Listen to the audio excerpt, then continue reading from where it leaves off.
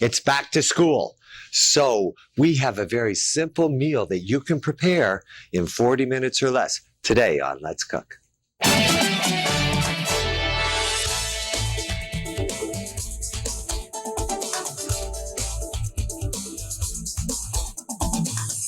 Hi, welcome to Let's Cook today, where we are doing a back to school menu. Now, this is a dinner menu that you can actually make in about 40 minutes or less. We're making some chicken en papillote. En papillote means it's cooked in parchment paper. Then we're doing a fine herb orzo. Basically, that means that we're taking orzo, mixing it with some herbs, a little bit of tomato and lemon juice, just to give it balance, but very simple starch to do. Then we have an egg drop soup. And then last but not least, baked peaches with a mango sorbet. And this is a great recipe to use peaches for, because sometimes the peaches aren't ripe enough or whatever, and the baking process kind of sweetens them up a little bit and makes them extremely delicious and palatable. Okay, the first thing we're going to do is we're going to start with our chicken en papillote. And I have the ingredients right here that I'm going to use to make the chicken en papillote. I have my chicken breast here. I have some assorted mushrooms there, some red onions, some asparagus. Then I have some parsley and chives. You could use thyme. Any herbs are going to work with this. The first thing that we're going to do is we're going to heat our pan right here. And in the pan, we're just going to put in a little bit of olive oil. Then we're going to take our chicken breasts. Now, normally when you make something en papillote, you're cooking it in parchment paper. You're steaming it. We need to give the chicken a little bit of color. You don't want to leave it just like this and put it in a parchment paper. It's like cooking in a microwave, or just in a water bath. It's going to be really not the proper color, so to speak. So we'll take our chicken here. We'll season it with a little salt and pepper, and then we're actually going to sear this chicken. So let's get our pan nice and hot here. While that pan is getting hot, I'm just going to take the asparagus here. You have two options with the asparagus that I have right here. You could take the asparagus and you could blanch the asparagus, or you can just saute it a little bit. Just cut it down so that it's nice bite-sized pieces. And this asparagus I'm not peeling because it's not the real jumbo thick asparagus that you sometimes get. So our pan is getting nice and hot here. We'll just take our chicken now. Now, I'm only going to drop the one side in, which means the side that I'm actually going to be serving up in the en papillote. I'm going to put that in just to sear. The bone side will go down into parchment paper. So we're going to sear these off right here. Let them get nice and brown. Remember, we're not cooking these, we're just searing them off. So these will take about, a minute to sear or so. In the meantime, over here, I have some chicken broth. What I've done with the chicken broth right here to cook the orzo is I'm just going to bring this up to a boil. Once it's at a boil, we just add our orzo to this. Now, orzo it's a pasta. It looks very similar to rice, but it's just a great starch and it cooks up real easy. Now, to cook this, remember I said I want you to be able to do this in 40 minutes or less. To cook this, I just bring it up to a boil, season the broth here with a little bit of salt, and then, quite simply, once it comes to a boil, I just put a lid on it, and I shut the orzo off, and in roughly about 20 minutes, this orzo will be done. Okay, let's take a look at our chickens here now. See if we have any color there. We almost have color there. Just need a little bit more color with it. Okay, while they're getting color, we need parchment paper here. Now, I have parchment paper right here, and I'll need about this much. So I'll just take it this way so that I can make some nice squares. Now, when you buy parchment paper in the stores, oftentimes it doesn't have a cutter, so you need to cut it with a knife. So I'll just cut it this way. Then I'll turn it over this way again. That's going to give me 4 pieces. With my knife right here, I just slide it through this way. Turning it over here, come back over here, cut it this way. Now I have 4 nice, even pieces of parchment paper that I can use. So we have our parchment paper ready to go. Let's take a look at our chickens here. I think they're ready to come out of the pan. Now notice, my chicken is still raw here. but it's going to actually finish cooking in the oven. I have enough color on this right now. So I'll just take this, put this on the side, then with my remaining ingredients right here, first we'll put our onions in here. Along with the onions, we add our asparagus and our mushrooms. Hit this with just a splash of water. Season it with some salt, some pepper, and all we're going to do is toss this around. Now notice in the bottom of the pan here, it's all cleaned up. I don't need to cook these because these are going to cook on top of the chicken in the oven. Let me show you how I put this together now. We'll take our parchment paper right here. I'm going to take and just put a little bit of olive oil on this right here. I fold this in half. That way it's nicely oiled. Then we'll take one of our chicken breasts right here. Along with our chicken breasts, we take some veggies. Now, the great thing about this is you can actually, if you have time in the morning, you can set this up in the morning, have it already set to go, and then put it in the refrigerator when you come home. Pop it in a 425-degree oven. Put our cheese right here. We fold this over now, squeezing out all that air. Then we just make an interlocking fold like this. Now what's going to end up happening is as this cooks, it's going to open up, puff open, but this is going to lock in the steam and it's going to cook in its own juices. Okay, so here's our chicken en papillote. I have 4 more to make, but we need to take a break right now. And when we come back, we're going to be making this delicious egg drop soup here that you can make in about 5 minutes. Don't go anywhere. It's back to school today on Let's Cook. We'll be right back. Hi, welcome back to Let's Cook, where now I'm going to show you how to make some delicious egg drop soup. The first thing that I'm going to do, and you can use canned chicken broth when you do this or bottled chicken broth from the store, but you're going to take the chicken broth, you're going to taste it for salt content and maybe dilute it with a little bit of water if it's just too salty. What I usually buy is it's a little bit more expensive, but for my home, because I oftentimes, just like you, don't have time to make stock, I buy the free range organic low sodium chicken broth. And this is what it looks like right here. And let me just show you the color on this, because the color on this, see, it's got a great color. It just doesn't have the body that you're going to get from a really good chicken stock that you've made at home. So, but if it's definitely good for this soup. Now, to this, I'm going to go ahead and thicken this up. I'm going to thicken this up with a little bit of cornstarch slurry that I have right here. This is just cornstarch that's been dissolved in cold water. Whenever you're using a refined starch like this, cornstarch, you need to dissolve this in cold water. So that's good to go.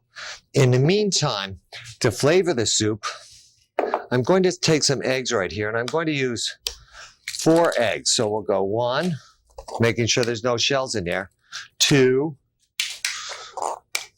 3, and it doesn't matter if you break them at all, 4. So we have our 4 eggs in there. And then this is why I use brown eggs, everybody. I can always see the brown shell. Okay, so got rid of my shell to this. Now, to the eggs here, I have a little bit of peanut oil, have a little bit of sesame oil there. I have some soy sauce. Going to mix this up now, just to break up the eggs. And they don't have to be like you're making scrambled eggs. They can look just like this. They can even be a little loose with the white there. That's still going to work with that. My stock's not at a boil yet. Now I need to I have these beautiful chanterelle mushrooms right here. Now, normally I would use shiitake, but I love these chanterelles. And now this is a little expensive, but if you see these in the market, these are out of this world. And what I'm going to do with these is I'm just going to take these, cut these down into quarters. This is almost like, you think of chanterelles, you think of France. So this is almost as if East is meeting France. Just a little bit of trivia here. If you ever hear the term champignon du Paris, which actually means a mushroom from Paris, that's actually the button mushrooms, because Paris was the first city to actually started to cultivate mushrooms, and they did it, in the damp sections of the city. So I forget. I really want to say that they did it down in the catacombs, but that's not really true. I've actually been to the catacombs. You just have to be ready to go there. The catacombs they're where they took everybody, and all the graveyards when they ran out of, maybe I shouldn't go there. Yeah, I can go there. They ran out of grave sites in France. So they took all the grave sites and they excavated all the bodies and they put them in the catacombs under Paris. So you go down about 80 or 120 feet, and it's just all the different parishes or churches where they have a lot of different bones there. Yeah. Good thing they're not growing mushrooms there. Okay, we're sauteing up our chanterelles here a little bit. I don't know where I'm going today. Put a splash of water in there just to give them a little bit of flavor, and also a little pepper and a little bit of salt. Okay, now, my chicken broth is boiling over here now. Here's where we're going to tighten this up a little bit. Just add a little bit of our slurry here. Now also, you might want to think about when you mix your slurry, adding a little cold chicken stock to thicken it. That way you won't dilute your flavor. See how nice that looks? Let me just show you the consistency of this so you can see what it looks like. See, it just has that beautiful, beautiful consistency. It's not too thick. We don't want it to be too thick, but we do need to cook that chicken, the rawness of the cornstarch out.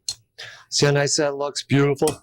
Good. Now, all I'm going to do now is, this is boiling. I'm going to shut this off. We shut off our broth now. What you do is you get your soup moving this way, one way, really get some motion going to that soup. Then, once it's moving, you just take your egg mixture and you go like this, the other way. You don't have to go real fast. And you see how the eggs automatically cook right in there? Now, if you're concerned about salmonella, you can bring this up to a boil, but I guarantee you at 185 or 200 degrees, it's killed that salmonella. And you see how the egg just cooks perfectly there, and we have a beautiful egg drop soup. To serve this, again, back to school, we need a lot of energy. I have some cooked rice here, so I'm just going to put some of this cooked rice right here in the bottom of the bowl here. Then we take a ladle of our egg drop soup, and you can see how fast it was to make that. Absolutely out of this world. A little bit of egg drop soup there. Garnish this with a little bit of scallion, and of course, some of our sauteed or blanched chanterelle mushrooms on top. Such an easy, simple soup to make for back to school. And if you wanted to, you could even make this into a meal just by adding some cooked chicken to it. We're going to take a little break. And then when we come back, we're talking baked peaches with a mango sorbet. Don't go anywhere. We'll be right back. No more teachers, no more. Oh, no, I can't, no. I remember when we used to get out of school when I was a child, no more teachers, no more books, no more whatever that was. I can't say that because I teach too. I have a cooking show, but I teach. Now, we made the egg drop soup. We have the chicken en papillote in the oven. I'm going to show you how to make peaches, but before we do that, we need to show you how to finish the orzo. Now, remember in the first segment, I started the orzo just with the chicken stock, and I brought it up to a boil. I shut it down. I covered it. This is what it looks like right now. So you can see that the orzo is nice and cooked. There's a little bit of liquid left there in the bottom. That's fine, because now what I'll do is I'll just take the orzo. This will continue to absorb. The orzo will continue to absorb the moisture. I'm just going to take the orzo, put it in a family-style bowl here. Then we take some tomatoes here, just some nice diced tomatoes. Along with the diced tomatoes here, just a little bit of lemon juice. That's going to give it some balance. Then I have some chives here. I have some parsley here. You also need to finish this, just drizzle it with a little bit of extra virgin olive oil here, or if you want, melted butter, either one. We just toss this together just to distribute that. Now there's enough heat in the orzo here to heat up the tomatoes and to bring out the flavor of the herbs. Wipe down the sides here. And this is how we finish the orzo. So you can see this now.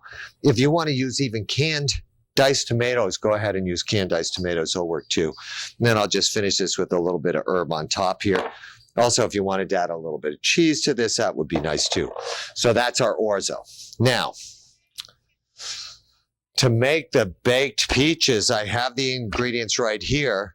And it's pretty simple because we're only looking at about 4 or 5 ingredients. We have some brown sugar, we have some butter, we have our peaches, a little bit of cinnamon here. We're using a little bit of Grand Marnier or orange flavor liqueur, whichever you prefer. Now, the first thing that I'm going to do is I'm just going to take the butter, put this into a pan right here.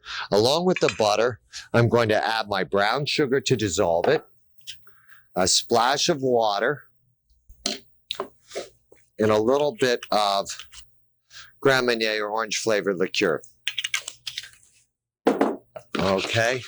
Now, we're just going to dissolve this. Now, if you want a little bit of crunch to this, I'm not doing this, but in the recipe, I had some peanuts there. You could sprinkle peanuts on top of it, but it really doesn't need it. So all we're going to do is dissolve that sugar, melt that with the cinnamon sticks right here.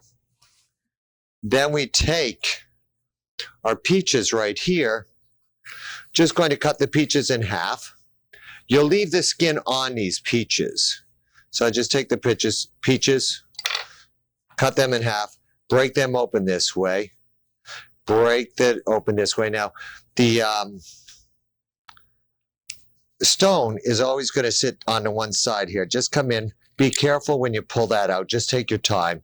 It will come out. This little piece right here, if it's not edible, where the stem was attached, you need to remove that too. Same thing here. Just come in. Be careful when you do this because the knife, the stone in a peach is very hard and the knife can easily slip through and cut you. So if it's not too ripe, you're going to pull it out that way. See? Beautiful. Come right here. All we do now is we just take our peaches along with our melted butter and cinnamon sticks, brown sugar, put that here. Now you're going to put this in a 425 degree oven for 12 to 15 minutes. This is, we already showed you, but this is what it ends up looking like. Doesn't this look great? So you can see this is perfect. You can see before and after. Out of this world. Now to serve this, just take the peach right here. You need the skin intact on this because it has a tendency of falling apart a little bit. A little bit of the syrup right here. Then a little bit of your favorite sorbet. I have some mango sorbet that you serve right there in the middle. Delicious, delicious dessert. We're going to take a little break, and then when we come back, I have this chicken en papillote in the oven. I'm going to pull out to show you a very simple 40-minute back-to-school meal that you can make. Don't go anywhere. We'll be right back. Hi, welcome back to Let's Cook. I only have a couple of minutes left in the show to show you how the chicken comes out, but here we are. Oh, beautiful. Now look, see how they get nice and golden brown and they really puff up? Now I'm just going to take one chicken this one right here. Okay, just show you how easy this is to serve. Now you can leave it in the parchment paper. When you open it, be careful because steam will come out of it and you can easily get burnt. See how nice and hot this is? Oh, beautiful. Now we just take this, we slide this onto the plate with the mushrooms, the cheese, and the vegetables, the natural juices there from the chicken and the vegetables. And you have a delicious chicken en papillote there to go with your back-to-school dinner.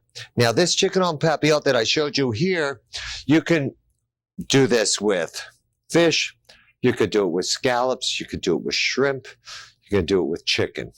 Turkey, too. So, we did this great chicken on papillon here with the orzo. We have our peaches right here, and of course, our baked peaches and our egg drop soup. A nice, simple, back-to-school dinner that you can roughly do in about 40 minutes. Thanks for watching Let's Cook. You have a great day and enjoy going back to school. Everybody, parents and children alike. Bye-bye for now.